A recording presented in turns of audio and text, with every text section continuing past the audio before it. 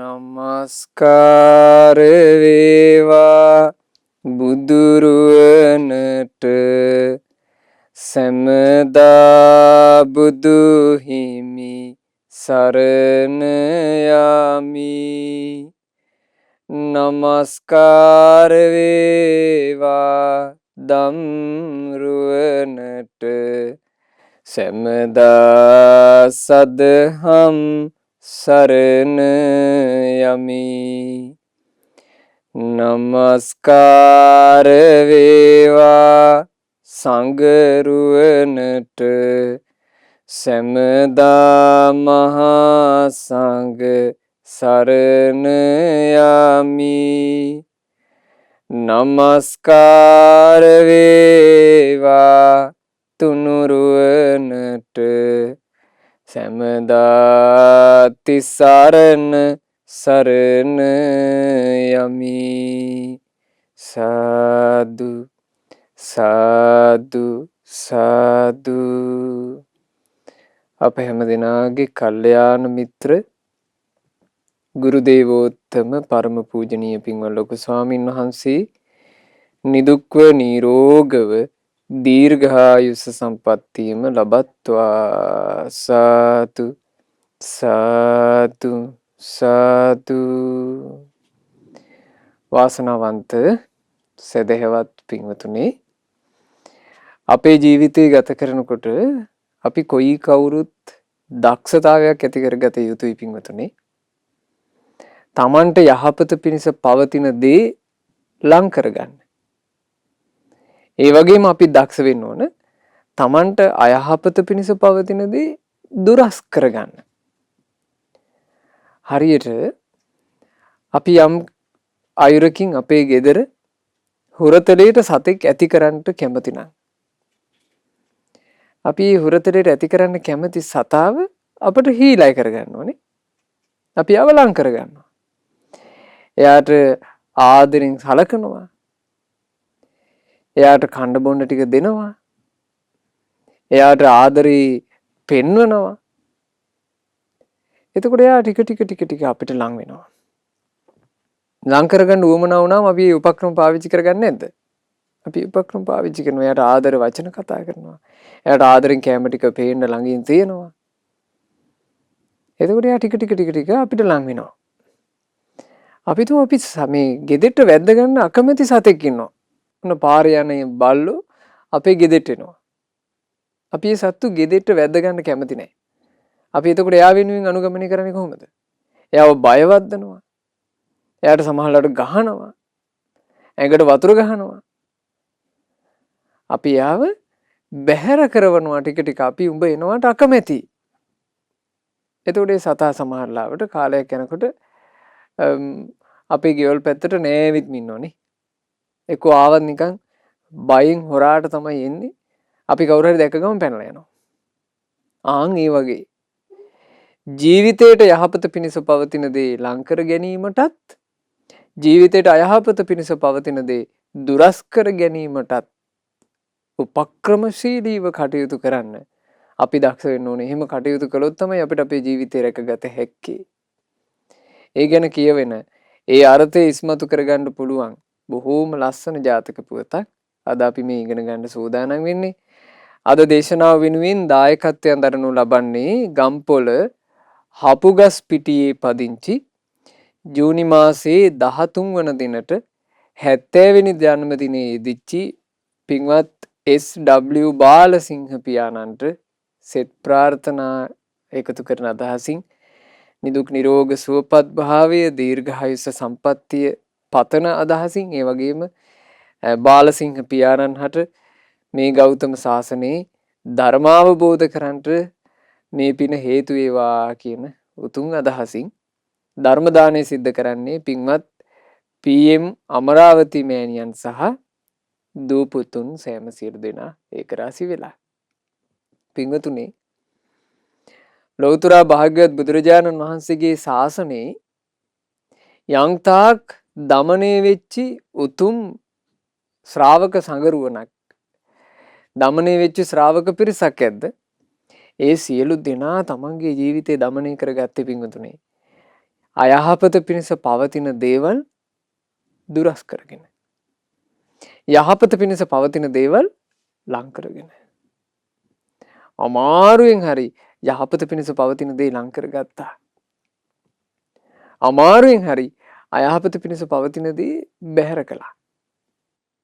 බුදුරජාන් වහන්සේ නොඑක ආකාරයෙන් ඒ උදෙසා උදව් කරලා තියෙනවා. සමහරලාවට දැන් නන්ද මහතෙරුන් වහන්සේගේ පුවත ගත්තොත් එහෙම නන්ද මහතෙරුන් වහන්සේට භාග්‍යතුන් වහන්සේ සෑහෙන්න උදව් කළානේ. බුදුරජාන් වහන්සේ උපකාර කළා තමන්ගේ හිත යහපත තුළ පිහිටුවා ගැනීම පිණිස විශේෂ උපක්‍රමයකුත් එක්ක. දිව්‍ය අප්සරාවියෝ දෙනවා කිව්වනේ. දිව්‍ය අප්සරාවියෝ ලැබෙනවා කිව්වා හොඳට පිළිවෙත් පිරුවොත්. එතකොට නන්ද ස්වාමීන් වහන්සේ පිළිවෙත් පිරීම කියන එක තෝරගත්තා. හැබැයි පුංචි හිතක් තිබුණා දිව්‍ය අප්සරාවියෝ මගේ කරගන්නවා කියලා. ඒක බුදුරජාණන් වහන්සේ කරපු උපායක්. ඒ මහා පුරුෂයාට ඒ උපාය වැඩ කළා. ඒ වගේ තියෙනවා ජීවිතේ. ජීවිතය ඇතුලේ තමාට වටින්නේ තමාගේ යහපත. තමාගේ යහපත වටිනා දේ කරගන්න කෙනාට යහපත ලං කරගන්නත් අයහපත බැහැර කරගන්නත් දක්ෂතාවයක් තිබිය යුතුමයි. අදවත් මන් සමාජය දිහා අපිට බලපුවම පේනවා තමන්ගේ යහපත අයහපත බොහෝ දිනක් අඳුනගෙන නැහැනේ. අයහපත පිණිස පවතින දේවල් ලං කරගෙන ගොඩ ගහගෙන යහපත පිණිස පවතින දේවල් ගැන වගේ වගක් නැහැ. බුදුරජාන් වහන්සේ දේශනා කරපු බොහෝම ලස්සන ජාතක පුවතක් අද අපි ඉගෙන ගන්නේ. මේ ජාතක කතාවේ නම මණිකණ්ඨ ජාතකය. මණික ඉල්ලීම නිසා අකමැතිව පලා ගියපු මණිකණ්ඨ නම් වූ නාරජුගේ කතාව. මේ කතා පුවත පින්වතුනි හරි ලස්සන එකක්. ඉල්ලීමක් ගැන මේකේ තියෙන්නේ. සාමාන්‍යයෙන් අනුන්ගෙන් ඉල්ලන එක වුණත් සීමාවකට කරන්න එපා. අනුන්ගෙන් උදව්වක් උපකාරයක් ඉල්ලද්දී ඒක සීමාවකට කරන්න ඕන. හැම එකක්ම නිකන් අනුන්ගෙන් ඉල්ලගෙන ගියොත් එහෙම අර උදව් කරන කෙනාට උනත් ඒක වදයක් වෙන්නේ නැන්ද? මහා වදයක් වෙනවා. හැම තිස්සෙම මේක ඉල්ලිල්ල කියලා. ඒ නිසා Tamanට බැරිම අවස්ථාවක තමයි තව කෙනෙක්ගෙන් උදව්වක් උපකාරයක් උනත් ඉල්ලිය යුත්තේ. ඕක අඳුනගන්නේ නැති භික්ෂුන් වහන්සේලා පිරිසක් වැඩ වාසය කළා ඒ කාලේ අලව්නුවර. අලව්නුවර අග්ගාලව චෛත්‍ය ස්ථානයේ භික්ෂුන් වහන්සේලා විවේකීව වැඩ වාසය කිරීම පිණිස කැමති වුණා. ඉතින් අලව් රටේ මිනිස්සුත් ඒකට සතුටු වුණා. සතුටු වෙලා ස්වාමීන් වහන්සේලාට වැඩ වාසය කරන්න මිනිසුන්ට පුළුවන් විදිහට යම් පහසුකම් ටිකක් හැදුවා. මේ භික්ෂුන් වහන්සේලාට මේකේ සීමාවක් නැහැ. මේ භික්ෂුන් වහන්සේලා තම තමන්ගේ සෙනසුන් පහසුකම් හදාගන්නට කියලා සෑහෙන්න ඔට්ටු වෙච්ච පිරිසක්. අර අලව් රටේ මිනිස්සු නිකන් හරි හම්බ වෙනවනේ. නිකන් හරි හම්බ වෙච්ච ගමන් භික්ෂුන් වහන්සේලා කියනවා අනේ උපාසක මේ ආවල් අඩුපාඩු තියෙනවා මේ අපිට බැයිද අසවල් දෙය ගෙනත් දෙන්න? අනේ මේ කුටි සෙනසුන් හදාගෙන යනකොට අපිට මිටියක් වුමනයි මිටියක් බැයිද ගෙනත් දෙන්න? කීයතක් වුමනයි කීයතක් බැයිද ගෙනත් දෙන්න? හම්බෙන සැරේ මිනිසයාට මේක කියනවා. අන්තිමේ මිනිස්සුන්ට මේක වදයක් වුණා. මිනිස්සු ඒ ස්වාමින්වහන්සේලා වැඩ වාසය කරන පැත්තට එන්නේ නැතුව ගියා. එතකොට ගමේ පිණ්ඩපාතේ වඩිනවනේ. පිණ්ඩපාතේ වඩිද්දී දම් බෙදන්න මිනිස්සු එනකොට දානේ බෙදන්න එන මිනිසයාටත් ඕක කියනවා. අපිට මේ මිටියක උමනාවක් තියෙනවා මිටියක් පුළුවන් ද කියලා දෙන්න මේ පැත්තට. අපිට කීයතක උමනාවක් තියෙනවා කීයතක් පුළුවන්ද? ඉල්ලෙල්ලමයි. අවසානයේ මේ කතා පුවතේ තියෙනවා ඉතින් මිනිස්සුන්ට මේක වදයක් වෙලා භික්ෂුන් වහන්සේ නමක් පිණ්ඩපාතේ වඩිනකොට මිනිස්සු මග අරින්න පටන් ගත්තා. මේ කාන්තාවන්ට විතරක් දාන බෙදන්න කියනවා. ඔහෙලා දානෙ නිංගිත පූජා කරන්න භික්ෂුන් ඉතින් ස්ත්‍රීක එක වැඩි කතා බහක් නැති හින්දා ඉල්ලන්නේ නැහනේ අපි නම් එන්නේ දානෙ පූජා කරන පැත්තක කියලා. කොටින්ම අලව් රටේ මිනිස්සු ටිකක් රතු පැහැයට හුරු හරකෙක්ව දැකලා පවා තිගැස්සෙනවා කියනවා අපේ හාමුදුරුවෝවද්ද කියලා. නිකන් සිවුරක් වගේ පේන භික්ෂූන් වහන්සේ නමක් කියලා රැවටෙන හරක් පැටියෙක් දැක්කත් එකපාර තිගැසිලා යනවා කියනවා අපේ ස්වාමීන් වහන්සේ නමක්වත්ද කියලා. ඒ තරම් මිනිසුන්ට එපා වුණා. බලන්න මේ කාලේ වෙලා තියෙන ඒවා. ඒ තරම්ම මිනිසුන්ට එපා වුණා. ඔය කාලේ අපේ මහා කස්සප මහරහතන් වහන්සේ චාරිකාවේ වඩින ගමන් ඔය අලවුරටට වැඩම කරලා. මහා කස්සප මහරහතන් වහන්සේ වඩිනවා අලවුරටේ. වඩිති කාන්තාව විතරයි. පිරිමි පේන්නේ නැහැ. මහා කස්සප මහරහතන් වහන්සේට දෙසරයක් විතර සාමාන්‍යයෙන් තේරුණා මේ පුරුෂයෝ තමන් වහන්සේව දකින්නකොට එක පාර පයින්නවා, හැංගෙනවා. මූණට එන්නේ නැහැ. එතකොට මහා කස්සප මහරහතන් වහන්සේ තමන් වහන්සේට ටිකක් සමීපෙන් හිතවත් භික්ෂුන් වහන්සේ නමකගෙන් මේ කැහුවා, "ඈ ආශ්මතුනි, මං අද මේ අලවුනුවර පිණ්ඩපාතේ වැඩියා. මිනිස්සු සෑහෙන්න වෙනස් වෙලානේ. මම මීට පෙර අලවුරට වැඩම කරලා තියෙනවා. ඉස්සර වගේ නෙමෙයි දැන් මිනිස්සු ඉස්සර කොච්චර පහසුවෙන් භික්ෂුන් වහන්සේ ඉස්සලාට පැමිණිලා දම්පැන් පූජා කළාද? භික්ෂුන් වහන්සේලාට ගරු සත්කාර දැක්කුවද? භික්ෂුන් වහන්සේලාත් එක්ක හරි සමීප ඇසුරක් මිනිසුන්ගේ තිබ්බනේ. ගෞරවාන්විත ඇසුරක්. දැන් මොකෝ මේ පිරිමි පේන්නවත් නැත්තේ. නිකන් අපිව දැක්කම නිකන් පයින්නවා වගේත් මට තේරුණා. මොකක්ද ආශ්මතුනි මේකට හේතුව? එතකොට මේ භික්ෂුන් වහන්සේත් මේ ගැන හරි සංවේගයෙන් හිටපු කෙනෙක්. ඒ භික්ෂුන් වහන්සේ මහා කස්සප මහරහතන් වහන්සේට උත්තර දුන්නා, "අනේ ස්වාමීනි, ඒක නෙන්න. අපේ මේ උන්වහන්සේලාගේ වැරද්දෙන්මයි මේක උනේ. උන්වහන්සේලා කුටි සෙනසුන් හොඳට හදාගෙනilla කියලා එකක් පටන් ගත්තා. පටන්ගෙන මුලින් හිතවත් දායකයන්ගෙන් යම් වැඩ කටයුතු කරව ගත්තා. ඒ මිනිසුන්ට අනික් කටයුතුත් එක්ක ඒ වැඩට එන්න බැරි වෙනකොට මේ අයව වැඩ කරන්න පටන් ගත්තා. වැඩ කරද්දී යම් දෙයක් අඩුපාඩු වෙනවද ඔක්කොම ටික මිනිසුන්ගෙන් ඉල්ලන්න පටන් ගත්තා. මිනිසුන්ගේ ඉල්ලිල්ලේ කෙලවරක් නැතුව ගියා. සීමාව දන්නේ නැතුව ගියා. අවසානයේ මේ මිනිස්සු භික්ෂුන් වහන්සේ නමක් දුටු පමණින්ම හැංගෙන මට්ටමට මේ භික්ෂුන් කිව්වා මේ මිනිස්සුවපත් කළේ. එතකොට මහා කස්සප මහරහතන් වහන්සේ හරි සංවේගයෙන් අලවුනුවර අග්ගාලව චෛත්‍ය ස්ථානයට වැඩම කරන්නේ. ඒ කාලේ තුන්ලෝකාග්‍ර භාග්‍යවත් බුදුරජාණන් වහන්සේද අලවුනුවර අග්ගාලව චෛත්‍ය ස්ථානයේ වෙත වැඩම කොට හිටියා. ඒ බුදුරජාණන් වහන්සේව බැහැ දැකපු අපේ මහා කස්සප මහරහතන් වහන්සේ භාග්‍යතුන් වහන්සේට සාදරයෙන් වැඳලා බුදුරජාණන් වහන්සේට කියා හිටියා, "අනේ ස්වාමීනි, මෙන්න මෙහෙම සංසිද්ධියක් අලවුරටේ සිද්ධ වෙනවා. දැන් මිනිස්සු භික්ෂුන් වහන්සේ නමක්ව දකින්නවත් කැමති නැහැ. භික්ෂුන් වහන්සේ නමක් තබා ස්වාමීනි යම් පමණකට මේ රතු පැහැයට හැරිච්චි හරකෙක් වහු පැටියෙක් දැක්කත් මිනිස්සු හැංගෙන මට්ටමක් ඇවිත් තියෙනවා." එතකොට බුදුරජාණන් වහන්සේ මේ කරුණ උදෙසා භික්ෂු සංඝයාව රැස් කළා. ඇහුව භාග්‍යතුන් වහන්සේ, "හැබැයිද මහණෙනි, මේ මිනිස්සුන්ගෙන් නොයෙක් උපකරණයි සේවක කාරකාදීනුයි ඉල්ලිල්ලේ කෙලවරක් නැතිය කියලා කියන්නේ. ඉල්ලලා දැන් භික්ෂුන් වහන්සේලාව මිනිස්සුන්ට එපා වුණා කියලා කියන්නේ මේ හැබැයිද?" එතකොට අර භික්ෂුන් වහන්සේලා මූණු පාත් කරගෙන එහෙමයි ස්වාමීනි කිව්වා. බුදුරජාණන් වහන්සේ වදාලා, "මහණෙනි, භික්ෂුවක් වුණාම පැවිද්දෙක් වුණාම ඉල්ලීමේ සීමාවක් දැනගන්න ඕන. මහණෙනි, අනුන්ගෙන් ඉල්ලනවා කියලා කියන්නේ සප්ත රත්නයන්ගෙන් පිරිපුන් නාග භවනේ නාගේනුත් අකමැති දෙයක්. ඉල්ලීම කියලා කියන්නේ පමණට වඩා ඉල්ලීම කියලා කියන්නේ සප්ත රත්නයන්ගෙන් පිරිපුන් මහා මණික් සෑහෙන ප්‍රමාණයක් තියෙන මණික් පිරුණු නාග භවයේ ඉන්න නාගරාජයව පවා අකමැති දෙයක්. ඒ කියන්නේ මේ නාගරාජයාට දෙන්න දේවල් ඕන තරම් තියෙනවා.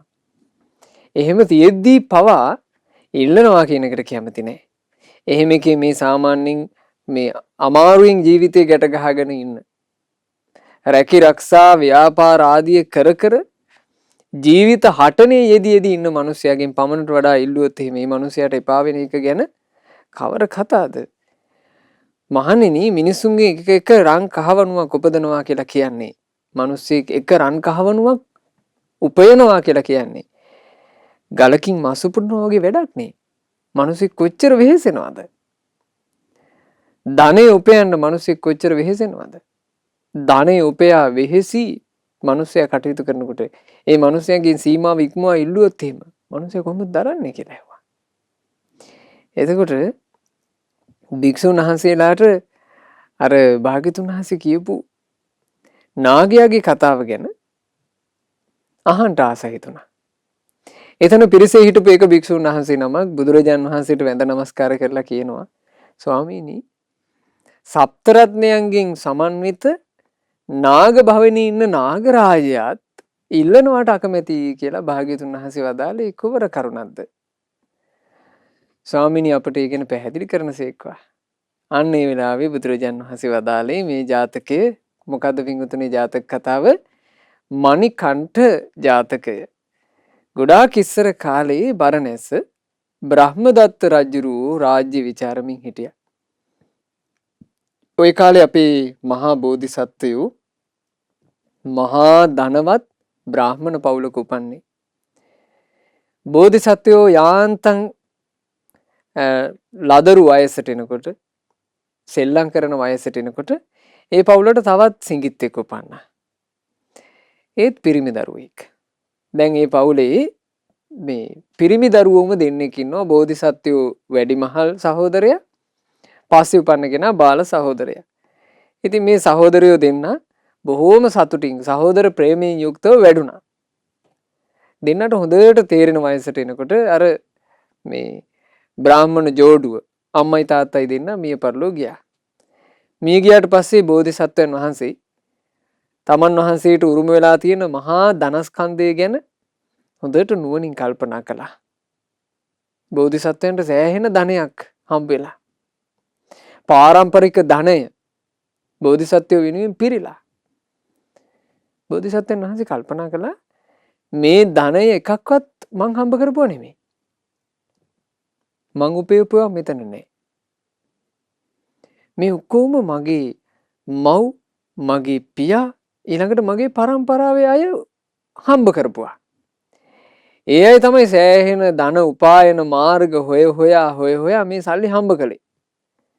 සල්ලි හම්බ කරපු මගේ පියාත් යන්න ගියා. සල්ලි හම්බ කරපු පියාගේ පියාත් යන්න ගියා. ගොඩාක් මහන්සියලා සල්ලි හම්බ කරපු ඒ පියාගේ පියාත් යන්න ගියා. දැන් මෙහෙම කියාගෙන කිව්වොත් එහෙනම් පරම්පරාව ගැන අපිට කියන්න තියෙන හිම නේද? ඔක්කොමලා යන්න ගියා. ධනෙ හම්බ කරන්න වෙහෙසිච්චි මවත් යන්න ගියා. මව්ගේ මවත් යන්න ගියා. ඒ මව්ගේ මවත් යන්න ගියා. මෙහෙම නැද්ද අපි හැමදෙනාගේ ජීවිත කතාව? අපි කාගේ ජීවිත කතාවේ අපේ පරම්පරා ගත්තත් ওই විදිහමනේ පින්වතුනේ තියෙන්නේ. ওই විදිහමයි. අපි සමාජලාවට ජීවිතය ගත කරන්නේ මහගෙවල් වල වෙන්න පුළුවන්. අපි මහගෙදර ඉන්නවා නම් මහගෙදර හදපු ගේ ඉඩම අරගත්ත ඒ කවුරුත් දෙන්නේ නැහැ. අපි සමාජලාවට මේ මහගෙදරම අලුත් වැඩියා කටයුතු කර දැන් පාවිච්චි කරනවා. කලිමුත් කට්ටිය අලුත් වැඩියා කර පාවිච්චි කරන්නේ නැතිනේ. බෝධිසත්වෝ කල්පනා කළා ධනෙ හම්බ කරපු තැනැත්තෝ ධනෙ දමා ගිහිල්ලා මමත් යම් දවසක මගේ සහෝදරයාත් මේ ධනයත් එක්කම ජීවත් වෙවි ඉඳලා ඇස්පියා ගනී. එදාට අපටත් ධනය අහිමි. අපේ මේ සිටු පවුල්වල උපදින වෙන කවුරු හරි ඒ ධනෙට හිමිකාරයා වෙයි. ඕකනේ වෙන්නේ. ඉතින් ඕක තමයි වෙවි ආවෙත් ඕක තමයි ඉස්සරහට වෙන්නේ. බෝධිසත්වෝ කල්පනා කළා මේ ධනය මරණින් මතු ජීවිතයටත් තමාට රැකවරණයක් පිණිස පාවිච්චි කරන්න පුළුවන්ද? මහා බෝධිසත්වයන් වහන්සේ නිසා ඒ බෝධිසත්වයන්ගේ නුවණට මේක වැටහුණා. බෝධිසත්වෝ කල්පනා කළා ජීවිතය කියලා කියන්නේ වයසට යෑම කියන එකකින් බේරිච්ච නැති එකක්. වයසට යනවා හැම මොහොතකම වයසට යනවා බේරිල්ලක් නැහැ. අපි පස්සේ පින්වතුනි අපි හිතමු අපිට ගහන්න පිරිසක් පන්නනවා කියලා. අපි කොහේ හරි හැංගිලා අපිට බේරෙන්න පුළුවන් නේ. අපි බේරුණාට පස්සේ අපිට යම් විශ්වාසයක් තියෙනවා හරි මං දැන් බේරිලා මාව පේන්නේ. අපි පස්සේ සතෙක් පැන්නුවොත් එහෙම අපි හිතමු ඔන්න බල්ලෙක් හරි ඒ වගේ සතෙක් පන්නනවා අපි නගිනවා ගහකට. අපිට විශ්වාසය හරි අපි දැන් බේරුණා. සමහරට මේ රටේ මොන හරි අරගලයක් හටගත්තොත් අපි හිතමු අපි රට දාලා උන් ඉක්මනින් පැනගත්තා. මේ රටේ පැනගත්තයි කියනවා හරි අපි අපෝ ඇති යන්තම් බේරුණා. මෙහෙම බේරෙන්න පුළුවන්. වයසට යමින් පුළුවන්ද? වයසට යන එකෙන් අපිට පුළුවන් ද බේරෙන්න කොහේට හරි ගිහිල්ලා හැංගවිලා? බෑ. මරණය කරා ඇදෙන එකෙන් අපිට පුළුවන් ද බේරෙන්න කොහේ හරි හැංගිලා? බෑ. මේ මොහොතේත් වයසට යනවා. මේ මොහොතේත් මරණය කරා ඇදෙනවා. බෝධිසත්වෝ කල්පනා කළා. වයසට යෑම කියන්නේ ගින්නක් නේ. මරණය කියලා කියන්නේ ගින්නක් නේ. ජීවිතේ වනසනවා. ගින්නකින් යමක් ටික ටික පුච්චගෙන එනවද? ඒ වගේ මේ ජීවිතේ වයසට යෑම විසින් පුච්චගෙන එනවනේ. වයසට යෑම කියන එක විසින් ජීවිතය කියන එක පුච්ච ටික ටික අඩු කරනවා. අපි ජීවිතේ ගත කරන්න වෙන්නේ වයසට යෑම කියන ගින්න රහු වෙලා ජීවිතේ ටික ටික පිච්චෙන එක. බෝධිසත්වයන් වහන්සේ කල්පනා කළා ගෙයක් ගිනි ගන්නකොට ගේ ගිනි ගන්න වෙලාවේ නුවණැති මිනිස්සෙක් ඉක්මනින් කරගත යුත්තේ වටින පහේ දෙයක් එළියට දාගන්න එක. ගේ ගිනි ගන්නකොට පැත්තක් ඇවිලීගෙන එනවා පේනකොට එයා ඉක්මන් කරලා ඇවිලිච්චි නැති පැත්තේ තියෙන දෙයක් වහ එළියට දාග ගන්න ඕන. එළියට දාගත්තොත් එහෙම ගේ සම්පූර්ණයෙන් ඇවිල්ලා ඉවර වෙන දවසට එයාට වටින පහේ දෙයක් තියෙනවා. ගින්නට අහුවෙන්නේ නැති වෙන්න එළියට විසික් කරගත්තදී ඉතිරි. ඒවං ආදිපිතෝ ලෝකෝ ජරාය මරණේනච. ඒ වගේ මේ ජරා මරණ වලින් ජීවිතේ ගිනි ගන්නකොට නීහරේතේව දානින්න දානින් බැහැර කරන්න. බෝධිසත්වෝ දන් දෙන්න හිතුවා. තමන්ගේ මල්ලිත් එක්ක කතා වෙලා දෙන්නාම දන් දුන්නා. දන් දීලා මේ දෙදෙනා හිමාලයට ගිහින් ඍෂි පැවිද්දෙන් පැවිදි වෙලා ගංගානම් ගඟයිනේ කුටි දෙකක් කරවාගෙන වාසය කළා. දැන් මේ දෙන්නට ඕනේ හුදෙකලාවේ තමන්ගේ ජීවිතේ ගුණධර්ම දියුණු කරන්න බණ භාවනා කරගන්න. ඉතින් බෝධිසත්වයනුත් සහෝදරයත් ටිකක් දුරින් වාසය කළේ. ගඟ අයිනෙම කුටි තියෙනවා නමුත් දුරයි. බෝධිසත්වයන්ගේ කුටිය තිබුණේ ගඟේ උඩ පැත්තට වෙන්න. සහෝදරයාගේ කුටිය තිබුණේ ගඟේ පහළට වෙන්න. දවසක් මණිකණ්ඨ කියන නාග රාජයා නාග ලෝකෙන් ඇවිත් මනුස්ස වේශයක් මවා ගත්තා. මනුස්ස වේශේ මවාගෙන ගංගා තීරයේ ඇවිද ඉඳිද්දී අර පොඩි තාපසින් වහන්සේගේ කුටියට ගොඩ වුණා.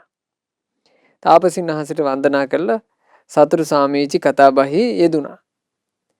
ඉතින් ඒ තාපසින් වහන්සේ කතා බහ කරපු පිළිවෙලට නාගරාජයාගේ හිත හරියට පැහැදුනා.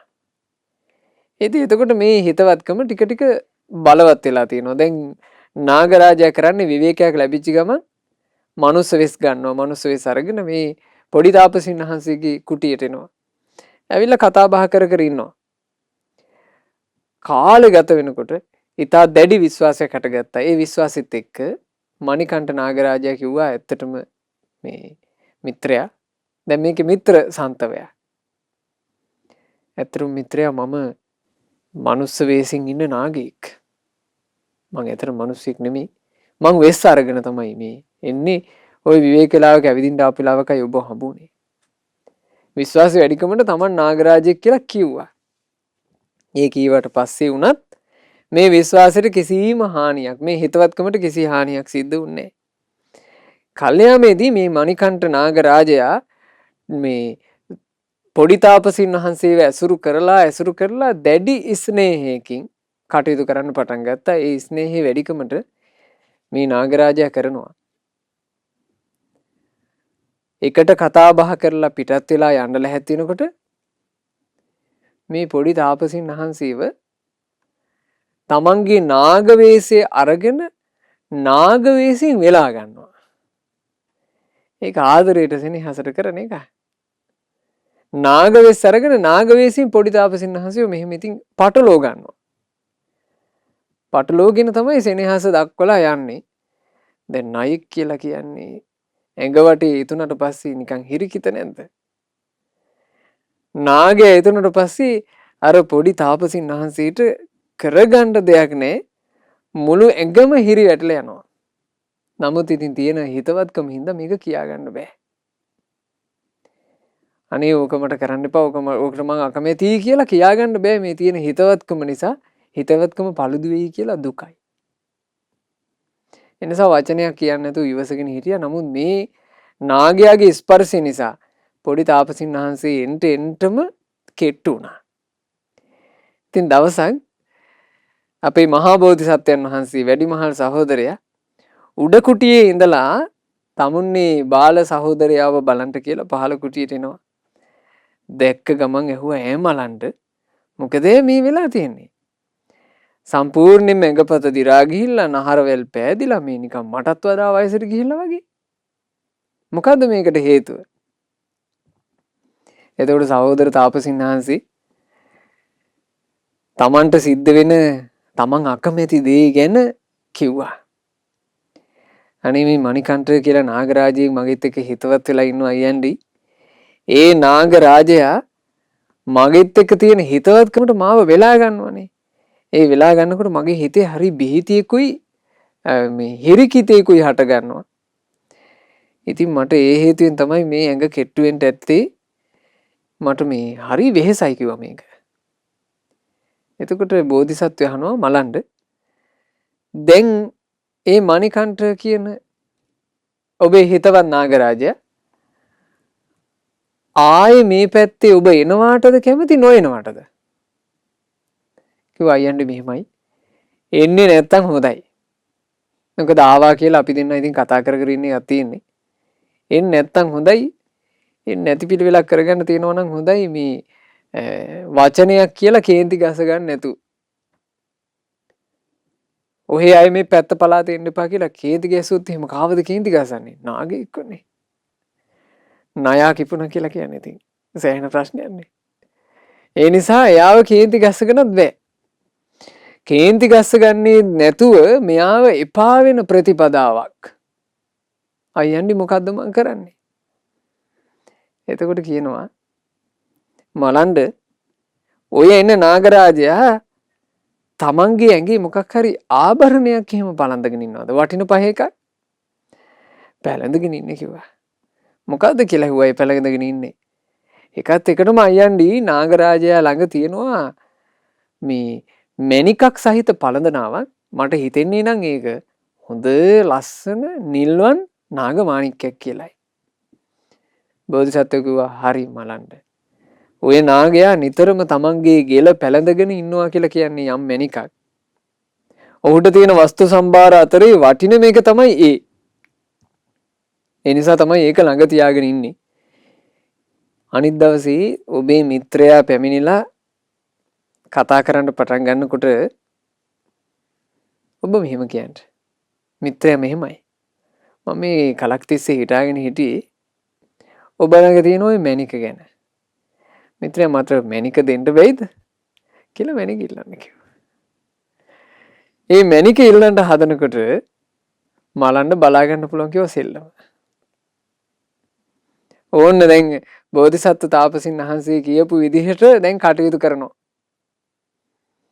ආයමන් මණිකන්ඨ නාගරාජයා ආවා. නාගරාජයා ඇවිල්ලා දැන් ඉන්නේ නාවෙසින් නෙවෙයි. එන්නේ කොහොමද? මනුස්ස වෙසින්. ඇවිල්ලා වෙනදා වගේම පුරුද්දට ඔන්න ආසනේ වාඩි වුණා. ආසනේ වාඩි වෙච්ච ගමන් පොඩි තාපසින් වහන්සේ කියනවා අනේ මිත්‍රයා මේ ඔබේ ඔය ලස්සන මණිකක් තියෙන්නේ. ඔය පැලඳගෙන ඉන්න මාණික්කය මට දෙන වෙයි කියලා ඇහුවා. අහපු ගමන් මණිකන්ඨ නාගරාජට කරගන්න දෙන්නේ නැහැ. දැන් හිතවත්කමනේ. නාගරාජා කිව්වා මෙහෙම මිත්‍රයා මම මේ අද මට පොඩි වැඩක් තියෙනවාද? මම පොඩ්ඩක් ඉක්මනින් යන්න වෙනදා වගේ පරක් වෙන්න බෑ කියලා ඉක්මනින් ගියා. දැන් මේ හිතවත්කම නිසා මණික දෙන්න බෑ කියන්නත් බෑ. මණික සම්බන්ධයෙන් ආයෙ මතක් කරොත් එහෙම කර කියා ගන්න දෙයක්වත් නැහැ. ඒ නිසා මණික ඉල්ලපු ගමන් නාගයා හැරුණා ගියා. ගිහිල්ලා ආයෙ ඉතින් ඔන්න දවසක් කීපයක් නෑවිත්ම හිටියා. නෑවිත්ම ඉඳලා ඊළඟ දවසේ ආයිමත් දවස් කීපයකට පස්සේ දැන් අමතක ඇති කියලා හිතාගෙන ඔන්න නාගයා එනවා. නාගයා එනකොට එදා පොඩි තාපසින් වහන්සේ මිදුලේ හිටියේ. මිදුලෙන් ඔහොම එනකොටම මතු වෙනකොටම නාගයාට කිව්වා ආ මිත්‍රයා අදවත් ඔය මැණික මට දෙන්න වෙයි කිව්වා. කිව් ගමන් නැතිලා ගියා නාගයා. ඊට පස්සේ ආයිමත් දවස් 2-3ක්ම පැත්තේ ආවේ නැහැ. ඔන්න තව දවසක මේ නාගරාජයා ගඟ මැදින් නාගයෝ වාසය කරන පිංගුතුනි ගංගාවලනේ. ගඟ මැද්දේ මෙහෙම වතුරෙන් මතුවෙනවා. වතුරෙන් මතුවෙනකොට එදා තාපසින් වහන්සේ ගඟේ යුරේ හිටියේ. ගම් යුරේ ඉන්නකොට තාපසින් වහන්සේ කිව්වා මිත්‍රයා මේ ඔය මැණික මට දෙන්න වෙයි කිව්වා. කිව් ගමන් නාගරාජයා අවස්ථා දෙකකදී ඉවසුවා. තුන්වෙනි අවස්ථාවේ මේ නාගරාජයා කියනවා අනේ මිතුර මේ මැණික නිසයි හැම දෙයක්ම මං ලැබගන්නේ. කන්නට බොන්නට ඇඳ පළඳින්නට හැම සම්පත මේ නිසයි එන්නේ. පමණ ඉක්මවා තුන්වෙනි දිනටත් මගෙන් මැණිකමයි එල්ලන්නේ. හපොයි ඉතින් මං යනවා යන්නට ඔය කුටි පෙදෙසට නෑ එන්නේ. ඕන නාගයා කිව්වා. මිත්‍රයා මේ මැණික මම මේ ගෙල පැලඳගෙන ඉන්න මැණික තමයි මට පිනට ලැබිච්ච වටිනම දේ. මේකෙන් තමයි මට කන්ට බොන්ට හැමදේම ලැබෙන්නේ. ඔබ මිත්‍ර භාවයේ හේතු කරගෙන පමණ ඉක්මවා ගියා. පළවෙනි පාර මගෙන් ඉල්ලනකොට මං වචනයක් නොදෙද්දි තේරුම් ගන්න ඕන. වචනයක් නොදුන්නේ අකමැත්තටයි කියලා. එහෙම හිතන්නේ නැතුව දෙවෙනි පාරත් ඉල්ලුවා. මං දෙවෙනි පාරත් ඉවසුවා. දැන් ඔබ තුන්වෙනි වතාවෙත් පමණ ඉක්මවා මගෙන් ඉල්ලුවා. අදින් පස්සේ නම් මම මේ කුටිය පැත්ත පළාතේ එන්නේ නැතිය කියලා කිව්වා. හරියට කොයි වගේද මේක දැනෙන්නේ? මට ගහන්ට ගල් ගෙඩියක් අතට ගත්තු තරණයකගේ විලසින්නේ. මැණික මගෙන් ඉල්ල තරජනයකි මට දෙන්නේ. පමණ ඉක්මවා කරදර කරන ඔබට නෑ මං මැණිකක් දෙන්නේ. හපොයි ඉතින් මං යනවා ආයෙත් නම් මේ පැත්තට නෑ එන්නේ. ඔහොම කියලා නාගරාජයා ගියා. ප්‍රශ්නේ ඉවරයි. අර නාගරාජයා යලි යලිත් පැමිණෙන එක සම්පූර්ණයෙන්ම වැළකුණා. නාගරාජයා එන්නේ නැතුව ගියා. දැන් ප්‍රශ්නේ විසඳුණා. ප්‍රශ්නේ විසඳුණාට ඒක වෙන පැත්තකට කැරකුණානේ. දැන් මේ මණිකණ්ඨ කියන නාගරාජයත් එක්ක ගොඩාක් ලොකු හිතවත්කමක් තිබුණානේ පොඩි තාපසින් වහන්සේගේ. නාගරාජයා එඟ වෙලා ගන්න එකට විතරයි අකමැත්ත තිබුණේ. හිතවත්කම තිබ්බා. දැන් නාගරාජයා පේන්න නැහැ. නාගරාජයා පේන්න නැතු වෙනකොට තනීවම කුටියේ ඉන්න පොඩි තාපසින් වහන්සේට දුක හිතුණා. අයියෝ මගේ මිත්‍රයව අපරාධි මං මැණිකක් නිසා තරහ කරගත්තේ. ඇයි අප්පේ මම මේක කරගත්තේ? ඕන් ඔය මිත්‍රයාගේ මේ යම් රළු පහසක් තිබුණත් ඒක ඉවසගෙන හිටියනම් අදටත් මට මගේ යාළුවා ඉන්නවනේ කියලා දැන් මේක හිත ආයෙ කෙට්ටු වුණා. එහෙම වෙන්න පිංගුතුනේ සමහර ලාවට මිනිස්සු තමන් ළඟ තියෙන යම් දෙයක් නැති වෙනවාට කැමති. මේක නැති වෙනවා නම් හොඳයි කියලා. නැති වුණාට පස්සේ අයියෝ අපරාධේ කියලා ආයෙ දුක් කෙනෙක් නැද්ද? ඔක සාමාන්‍ය මනුස්සයාගේ ජීවිතෙත් තියෙන්නේ. මේ වගේ පොඩි තාපසින් වහන්සේත් දැන් නාගයා නැතුව ගියා කියලා දුකටපත් වෙලා කෙට්ටු වෙලා නිකන් පාණ්ඩු රෝගේ හැදුනා වගේ වුණා. මහා බෝධිසත්වයන් වහන්සේ තමන්ගේ සහෝදරයව බලන්ට ආයෙ දවසක් එනවා. එද්දි මෙන්න උන්නටත් වඩා කෙට්ටුයි. ඇහුවා "ඇය මලන්ඩ පාණ්ඩු රෝගියෙක් වගේ මොකෝ මේ හොඳටම කෙට්ටු වෙලා ගිහිල්ලා තවත් දැන් ඔබේ අර ප්‍රශ්නේ විසඳුන්නේ නැද්ද කියලා ඇහුවා. කිව්වා අයියන්ඩි කියපු විදිහට කටයුතු කරනකොට අවස්ථා 3න් ප්‍රශ්නේ විසඳුණා. ඒ වුණාට අයියන්ඩි දැන් මට හරි දුකයි.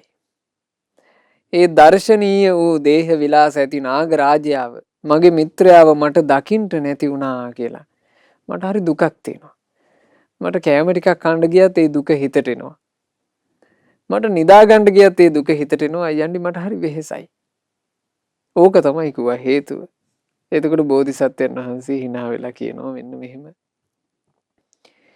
තවත් කෙනෙකු ආසදයක් ඉල්ලන්නට හොඳ නැති වග දැනගත යුතු වන්නේ වැඩිපුර ඉල්ලන්ට ගියොත් ඒ කෙනාව තව දුරටත් අප්‍රියමයි වෙන්නේ. නාගයාගෙන් මැණිකක් ඉල්ලන්නට ගිය බමුණාහට උණු දෙමයි වන්නේ. ඒ නිසාම ආයෙත් නම් නාගයාව ඔහුහට දැක ගන්නට නොලැබෙන්නේ. කිව්ව මලන්ඩ කෙනෙක් ආස කරන දෙයක් යලි යලි ඉල්ලුවා කියලා කියන්නේ ආයෙ පැත්ත පලා තියන්නේ කිව්වා. ඒ නිසා දැන් නම් ඉතින් හිත එකලස් කරගන්න වෙන එක තමයි තියෙන විසඳුම. ආයේ නාගයාව මොනවා කියලාවත් ගන්න බෑ කිව්වා. ඉල්ලීම නිසා වෙච්ච දේ බලන්න. ඉල්ලීම නිසා සම්පූර්ණයෙන්ම අර නාගයාට අර මිත්‍ර භාවය එපා වෙලා ගියානේ. ඉතින් එදා බෝධිසත්වයෝ පොඩි තාපසින් වහන්සේව නොඒක ආකාරයෙන් කරුණු කියලා අස්වැසෙව්වා, ශෝකය දුරු වෙන්න උපදෙස් දුන්නා. කාලයක් යද්දී ඒ සහෝදරයාට සැප ඇති වුණා. ඉතින් දෙන්නාම ඒ ගංගා නදී තීරයේදී ධ්‍යාන අභිඥා ආදී උපදවාගෙන මරණින් මත්තේ බඹලොවේ උපන්නා කියලා තමයි බුදුරජාණන් වහන්සේ මේ ජාතක පුවත අවසන් කළේ. භාග්‍යවතුන් වහන්සේ වදාළ මහණෙනි මෙයින් තේරුම් ගත යුතුයි සප්තරත්නයන්ගෙන් පිරී ඇති නාග භවනේ වසන නාගයන්ටත් ඉල්ලීම ප්‍රිය දෙයක් නෙවෙයි. එහෙව් එකේ සාමාන්‍ය සැප සම්පත් එක්ක ජීවත් වෙන මිනිස්යාගෙන් ඕනාවට වඩා ඉල්ලන්න ගියොත් ඔවුන්ට ඉල්ලන කෙනාව අමනාප වෙන එක ගැන මහණෙනි කවර කතාවද? මහණෙනි එදා පොඩි තාපසින් වහන්සේ බවට පත් උනේ අපේ ආනන්දයන් වැඩිමහල් තාපසයාව හිටියේ බෝධිසත්වය වන මමයි කියලා බුදුරජාණන් වහන්සේ මේ මණිකණ්ඨ ජාතකයේ අවසන් කළේ. දැන් මේ ජාතක පුවතේ ඒ ඉල්ලීම ගැනත් යමක් අපිට හොඳට තේරුම් ගන්න තියෙනවා. ඒ වගේමයි පින්වතුනි. උපාය. තමන් අකමැති දෙයක් දුරස් කරගන්න තියෙන උපාය. බලන්න බෝධිසත්වයන් වහන්සේ උපාය කියලා දීපු හැටි හරිම දේ. මේ වගේ අපේ ලෞතර සම්මා සම්බුදු රජාණන් වහන්සේ අපට උපායක් කියා දුන්නා. අපිට යහපත උදා කරන දේ ලං කරගන්නත්. අපිට අයහපත උදා කරන දේ දුරස් කරන්නත්. ඒ උපායට කියනවා පහාන සංඥාව. පහාන සංඥාව. පහාන සංඥා කියලා කියන්නේ තමන්ට අයහපත පිණිස පවතින දේවල් හිත ඇතුලේ හටගත්තම ප්‍රහාණය කිරීම පිණිස කටයුතු කරන්න ඕන. ඒක කොහොමද බුදුරජාන් වහන්සේ වදාළේ?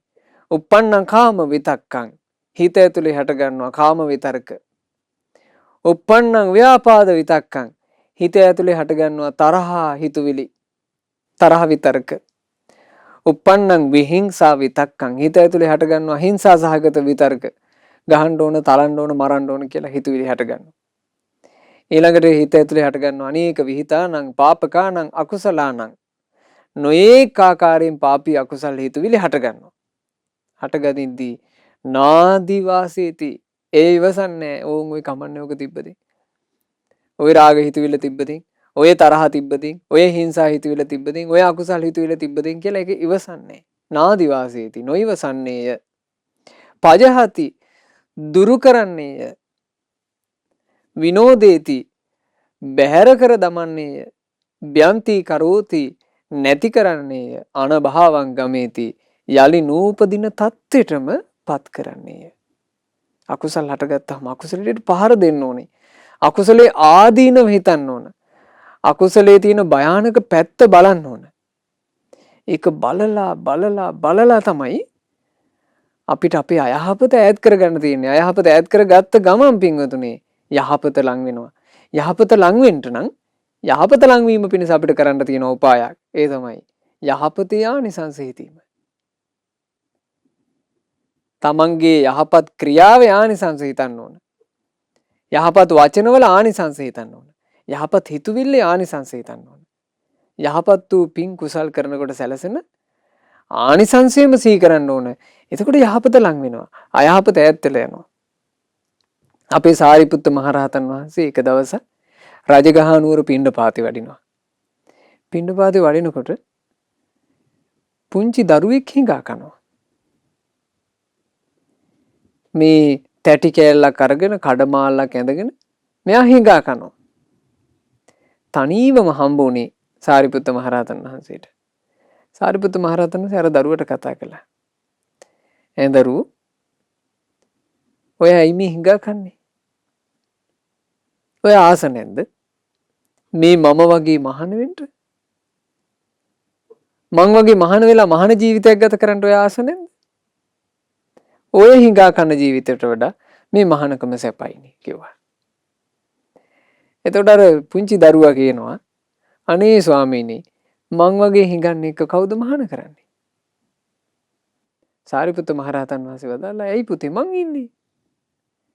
ඔය දරුවාව මට මහාන කළා කිනේ. ඔය දරුවා කැමති නම් මං දරුවව මහාන කරන්නම් කිව්වා. මෙයාගේ පින. ඇත්තටම ඉතින් මේ ශාසනයේ නිවන් දකින්න තරම් පින් තිබ්බ කෙනෙක්. ඒ පින නිසාම වෙන්නේ නැති සාරිපුත්ත මහරහතන් වහන්සේට තනියම මුණ ගැහිලා සාරිපුත්ත මහරහතන් වහන්සේට මේක අහන්න හිතුනේ. ඉතින් මහාන වෙන්න තීරණය කළා. දැන් සාරිපුත්ත මහරහතන් වහන්සේ පිණ්ඩපාතේ කරගෙන ඉදිරියෙන් වඩිනවා. දැන් මේ හිඟන දරුවාත් පිටිපස්සෙන් යනවා. එයාද කිව්වා පුතේ එහෙනම් අපි විහාරෙටම යන් කිව්වා. ඒතර මේ හිඟන දරුවා කල්පනා කළා මේ තෙරුන් වහන්සේත් එක්ක විහාරෙට ගියා කියලා කියන දැන් මම මහාන වෙන්න ඕනේ. මහාන වෙද්දි ඉතින් මේ තැටි කෑල්ල වැඩක් නැහැනේ. තැටි කෑල්ල තිබ්බා ඊළඟට පින්වතුනි තිබුණා මේ යම් යෂ්ටියක් ඒ කිව්වේ පොලු කෑල්ලක් ලීයක්. ඔය බල්ලෝ හිම හම්බුනාම එහෙම ගහන්න.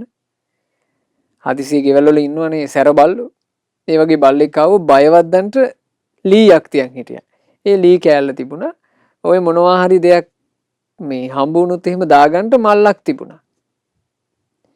ඔය ටික ඔක්කොම මෙයා ගස්බෙනේක හැංගුවා. ගස්බෙනයක් ඇතුළට දාලා ගියා. දැන් මෙයාට තියෙන වටිනම ටික ඕකනේ. ඔය කඩමාළු ටික දාලා අර තැටියක් දාලා යෂ්ටියක් දාලා මෙයා සාරිපුත්ත මහරහතන් වහන්සේත් එක්ක විහාරෙට ගියේ. ගිහිල්ලා පැවිදි වුණා. පැවිදි වෙච්ච මේ භික්ෂුන් වහන්සේට ටික දවසක් යනකොට පැවිද්ද එපා වෙනවා. පැවිද්ද ඇතුලේ සිල් ගුණ පිරීම එපා වෙනවා. වෙන ලාමක හිතුවිලි හිතට නැගෙනවා. සමහරවිට ඔය වෙහෙරී වන්දනා කරන්නට ස්ත්‍රීන් එහෙම එනවා දැක්කම ඒ ස්ත්‍රිය දුටු ගමන් හිත වෙනස් වෙනවා. නොයෙකුත් ලාමක හිතුවිලි එනවා. තමන් හිඟා කකා හිටපු මිනිස්සු කියලා අමතක වෙනවා. ආයේ ගිහි ජීවිතයට යන්න තියෙනවා නම් කියලා ගිහි ජීවිතේ සුන්දර ලෝකයක් වගේ මැවිලා පේනවා. එතකොට මේ තෙරුන් වහන්සේට කිව්වා පිලෝතික කියලා. පිලෝතික තෙරුන් වහන්සේ අර භික්ෂුන් වහන්සේලා අතරින් වෙන් වෙලා කැලේට රිංගලා අර ගස්බෙනේ ළඟට එනවා. ගස්බෙනේ ළඟට ඇවිල්ලා ගස්බෙනේට එබෙනවා. එබෙනකොට මොනවද තියෙන්නේ? තැටිය තියෙනවා, අර හැරමිටිය තියෙනවා, කඩමාළු ටික තියෙනවා. තමන් ළඟ තියෙන එකම වස්තුව. සිවුර අත්හැරියොත් එහෙම ජීවිතේ ගත කරන්න කියලා ආයේ තියෙන්නේ අර ටික. ඒ දිහා බලාගෙන තමන්ට අවවාද කරගන්නවා. චිකේ උඹට ලැජ්ජ නැද්ද? උඹට ලැජ්ජාවක් නැද්ද? මෙච්චර උතුම් වූ ජීවිතයක් ලැබිලත් ආයේ හිඟා කන්න හිතන්න. උඹට ආයේ වටින්නේ මේ තැටියද?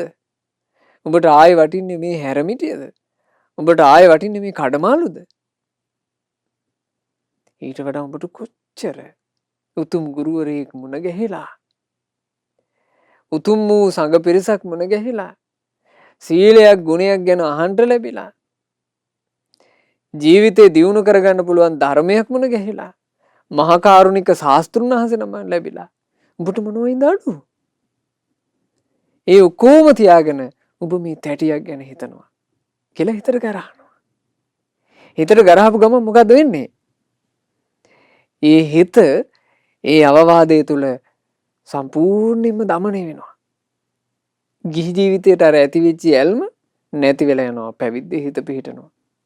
එතකොට මේ කාලේ පිලෝතික තෙරුන් වහන්සේ ආරතියක් ඇතිවෙච්ච ගමන් මේ කැලේ රිංගලා මේ ගහ ළඟට එනවනේ. ඉතින් භික්ෂුන් වහන්සේලා දැකලා තියෙනවා කලින් කලට මේක මෙහෙම වෙනවා. එතකොට භික්ෂුන් වහන්සේලා ඇතමෙක් අහන්න පටන් ගත්තා. ආයස්මත් පිලෝතිකේනි ඔබ වහන්සේ කොහේද කලින් කලට එකපාර කැලේට රිංගලා ගිහින් එන්නේ? මොකද්ද ඔබ වහන්සේගේ ගමනේ අර්ථය? එතකොට මේ පිලෝතික තෙරුන් වහන්සේ කියනවා මම යන්නේ අවවාද ගන්නට. මං අවවාද අරන් එන්න යන්නේ කියනවා. එතකොට භික්ෂුන් වහන්සේලා අහනවා ඔය මහ කැලේ කවුද ඉන්නේ අවවාද කරන්න? කියනවා මගේ ආචාර්ය කෙනෙක් ඉන්නවා. එයාගෙන් තමයි අවවාද ගන්න. දැන් මේක ලොකු අර්ථයක් කිව්වේ පින්වතුනි. ආචාර්ය කෙනාගෙන් තමයි මං අවවාදෙ හිතට ගන්නෙ. ඉතින් භික්ෂුන් වහන්සේලා hina වෙනවා. ගණන් ගත්තේ නෑ ඒක. නිකන් විහිළුවට වගේ hina වෙනවා. පිලෝතික තෙරුන් වහන්සේ මේ ආචාර්යන් වහන්සේගෙන් අවවාද ගන්න එක අතිශය සාර්ථක වුණා. අතිශය සාර්ථක වුණා. ඊටාම කෙටි කලකින් ඒ උත්තමයන් වහන්සේ උතුම් රහතන් වහන්සේ නම බවට පත් වුණා. දැන් අරහතට පත් වුණාට පස්සේ ආයේ අර මේ කැලේ ඇතුළට යන්නේ. දැන් අර hina වෙච්ච භික්ෂුන් වහන්සේලා මුණ ගැහුණාම අහනවා ආයස්මත් පිලෝතිකයන් වහන්සේ ආය ආචාර්යන් වහන්සේ මුණ ගැහෙන්න ගියේ නැද්ද? එතකොට කියනවා නෑ ආයස්මතුනි. ආචාර්යන් වහන්සේගෙන් ලබාගත යුතු යම් අවවාදයක්ද ඒ ඔක්කොම අවවාද මම අරගෙන ඉවරයි. ආයෙ මට අවවාද වලින් කරන්න දෙයක් නෑ. එහෙම කියනවා. එහෙම කියන්නේ ඇත්ත. මේ ඇත්තම කියනකොට අර භික්ෂුන් වහන්සේලාගෙන් ඇතමෙකුට හිතුණා අපේ මේ පිලෝතිකයන් වහන්සේ හරියට නිකන් තමන් රහත් වුණා වගේ කතාව මේක බුදුරජාණන් වහන්සේට පැමිණිලි කරන්න ඕන. භාග්‍යතුන් වහන්සේගේ ළඟට ගිහින් භික්ෂුන් වහන්සේලා පැමිණිල්ලක් කළා. ස්වාමීනි අපේ මේ පිලෝතික තෙරුන් තමන් නිකන් අරහත්ත්වයට පත් වුණා වගේ අඟවනවා. ඒ වෙලාවේ බුදුරජාණන් වහන්සේ දේශනා කළා නෑ මහණෙනි ඇත්තෙන්ම පිලෝතික කියලා කියන්නේ රහතන් වහන්සේ නමක්. තමන්ගේ හිතට එන අයහපත් ලාමක හිතුවිලි පිලෝහිත සම්පූර්ණයෙන්ම දුරු කළා. තමන්ගේ ජීවිතේ දියුණු කරන යහපත් වූ දේ පිලෝතික තමන්ගේ ජීවිතයට ලං කරගත්තා. නිවනින් සැනසුණා කියලා බුදුරජාණන් වහන්සේ දේශනා කළේ. ඒ නිසා මේ මණිකණ්ඨ ජාතක පුවත ගොඩාක් වටිනවා. ඒ අර්ථය මතක තියාගන්න. තමන්ගේ ජීවිතයට පින්වතුනි යහපත පිණිස පවතින දේ ලං කරගන්නට දක්ෂ වෙන්න. අයහපත පිණිස පවතින දේ දුරස් කරගන්නට දක්ෂ වෙන්න. අපි කාටත් ඒ දක්ෂකම ඇති කරගෙන ගෞතම සාසනයේ ධර්මාවබෝධයෙන් සැනසෙන්න වාසනාව ලැබේවා කියන උතුම් ප්‍රාර්ථනාවෙන් අපි අද මේ දහම් කතාව අවසන් කරමු. ධර්ම දේශනාව තුළින් ජනිත සියලුම පුණ්‍ය ධර්මයෝ 70 වෙනි ජන්මදිනයේ යෙදුණු පින්වත් SW බාලසිංහ පියාණන් හට අනුමෝදන් වෙත්වා අනුමෝදන් වෙත්වා අනුමෝදන් වෙත්වා. පියාණන්ට මේ පිනේ ආශිර්වාදයත් රත්නත්‍රයේ ආශිර්වාදයත් ලැබෙත්වා. සියලු දෙවියෝ බාලසිංහ පියාණන්ගේ ජීවිතේ රකිත්වා. නිදුක් නිරෝගී සුව සැලසේවා දීර්ඝායුෂ සැලසේවා. මේ ගෞතම සාසනය තුලම ධර්මාවබෝධ කරන්ට වාසනාව ලැබේවා. සාදු සාදු සාදු. රැස්කල සියලු පින් සියලු දෙවියෝ සතුටින් අනුමෝදන් වෙත්වා. සග්දෙවිදානෝ සතරවරන් දෙවිවරු සෙම්පති දෙවිවරු අපගේ ඉෂ්ඨකාමී දෙවිවරු ලංකා භූමිය සුරකින්න සියලු දෙවිවරු පින් අනුමෝදන්ව දෙවියෝ දෙව්සැපින් වැඩෙත්වා. ඒ දෙවියෝ අපව යෙහින් ආරක්ෂා කරත්වා. සාදු සාදු සාදු. අපගේ ගුරු දේවෝත්තම පරම පූජනීය පින්වත් ලොකු ස්වාමින් වහන්සේට පින් අනුමෝදන්ව ගුරු දේවයන් වහන්සේ නිදුක්ව නිරෝගව දීර්ඝායුෂ සම්පන්නියම ලබත්වා. සාදු සාදු සාදු. ධර්ම දාන සිදු කළ සදහවත් පින්වතුන්ලගේ නමින් අප්‍රේල් මාසයේ දෙවන දින මිය පරලෝ යන්ට යෙදුණු පින්වත් යසවතී අත්තම්මාට මේ සියලු පින් අනුමෝදන් වෙත්වා අනුමෝදන් වෙත්වා අනුමෝදන් වෙත්වා. ඒ වගේම නමින් මිය ගියා වූ සියලු ඥාති සමූහයාද පින් අනුමෝදන්ව ඥාතින්ගේ පරලෝ ජීවිතේ සැපයටපත් වේවා. අපගේ ඥාතින් ඉක්මන් භවයකදීම සංසාර දුකින් අත් මිදේවා කියන ප්‍රාර්ථනාවෙන් පින් අනුමෝදන් කරන්න. SW බාලසිංහ අප්පච්චිට ඒ වගේම PM අමරාවති මෑණියන්ට මේ සියලුම පින් අනුමෝදන් වෙත්වා. ජූනි මාසයේ 12 වන දිනට ජන්මදිනයේ යෙදුණු පින්වත් ලොකු අප්පච්චිටත් මේ සියලු පින්වල ආශිර්වාදයෙන් නිදුක් නිරෝගී සුව දීර්ඝායුෂ සම්පන්නිය සැලසේවා. ඥාති හිත මිත්‍රාදීන් සියලු දෙනාට ඒ වගේම විශේෂයෙන් RS පින්නපොළ ගුරු පියාණන්ටත් තමන්ගේ ජීවිතයට අධ්‍යාපනය ලබා දීපු සියලු ගුරු මෑණිවරුන්ට පියවරුන්ටත් මේ සියලුම පින් අනුමෝදන් වෙත්වා. අද ධර්ම දාන සිදු කළ ගම්පොළ හපුගස්කිටියේ පදිංචි ඒ පින්වත් SW බාලසිංහ පියාණන්, පින්වත් PM අමරාවති මෑණියන්, ඒ දෙමාපියන්ගේ ආදරණීය දූ දරුවන් මේ සියලුම පින් අනුමෝදන් වෙලා සියලු දෙනා නිදුක් නිරෝගී සුව ලබත්වා, දීර්ඝායුෂ ලබත්වා. තම තමන්ගේ ජීවිතවල කරන කියන රැකී රක්ෂාත්, ව්‍යාපාර කටයුතුත්, ඒ වගේම පවුලේ දරුවන්ගේ මුණුපුරු මිනිපිරියන්ගේ අධ්‍යාපන කටයුතු ආදී සෑම සියලු දේ ਸਰව ප්‍රකාරයෙන් සාර්ථක වේවා. කරදර බාධා ජීවිතවලට තියෙනවා නම් ඒ පෙනෙන නොපෙනෙන සියලු දේ දුරින්ම දුර වෙලා පින්වතුන්ලා හැම දිනාට තව තවත් කල්යාණ මිත්‍ර ඇසුරේ පින් රැස් කර ගන්නට ලැබේවා. ධර්මයේ දියුණු කරන්නට ලැබේවා. ධර්ම දාන කරපු ඔබට, ශ්‍රද්ධා මාසික ධර්ම දාන සමාජික පින්වතුන්ලටත්, ශ්‍රද්ධා කාර්ය මණ්ඩලයේ පින්වත් හැම දිනාටත්, සුපින්වතුන්ලා සියලු දෙනාට ගෞතම සාසනයේම ධර්ම අවබෝධ කරගන්නට වාසනාව ලැබේවා. තෙරුවන් සරණයි. නමෝ බුද්ධාය.